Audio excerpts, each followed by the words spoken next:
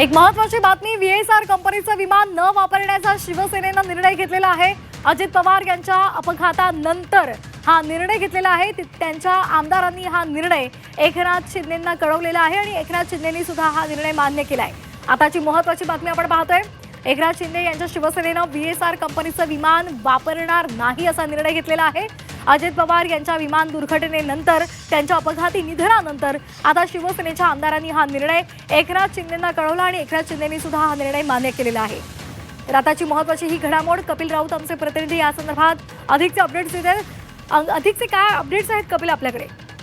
नक्कीच अजितदादांच्या विमान अपघातानंतर किंवा मृत्यूनंतर आता व्हीएसआर चे विमान जे आहेत ते वापरू नये असा सूर शिवसेनेच्या आमदारांनी पहिल्याच दिवसापासून लावला होता। कारण की एकनाथ शिंदे अनेक दौरे करतात आणि तेही सुद्धा व्हीएसआरचं विमान वापरत होते, परंतु आमदारांनी त्यांना एक सांगितलेलं आहे का हे विमान वापरू नका अशी एक मागणी केली आणि त्या मागणीला होकार दिलेला आहे उपमुख्यमंत्री एकनाथ शिंदे यांनी।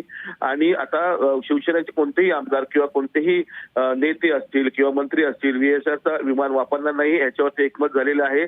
दुसरीकडे व्हीएसआर कंपनीवरती कारवाई सुरू आहे, त्यांची चौकशी सुरू आहे। या सर्व घटना घडत असताना आता शिवसेनेने हा एक महत्त्वाचा निर्णय घेतलेला आहे। निश्चित, धन्यवाद दिलेल्या सविस्तर माहितीसाठी।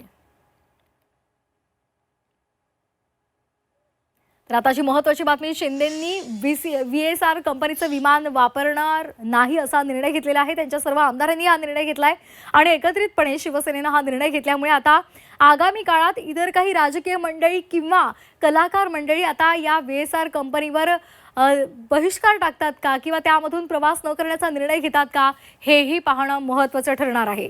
तर क्रिकेटपटू असतील, कलाकार मंडळी असतील किंवा राजकीय नेते मंडळी असतील, ते व्हीएसआर कंपनीमधूनच खरं तर प्रवास करत असतात आणि आता शिंदेंच्या शिवसेनेनं हे कंपनीचं विमान आपण वापरणार नाही असा निर्णय घेतलाय।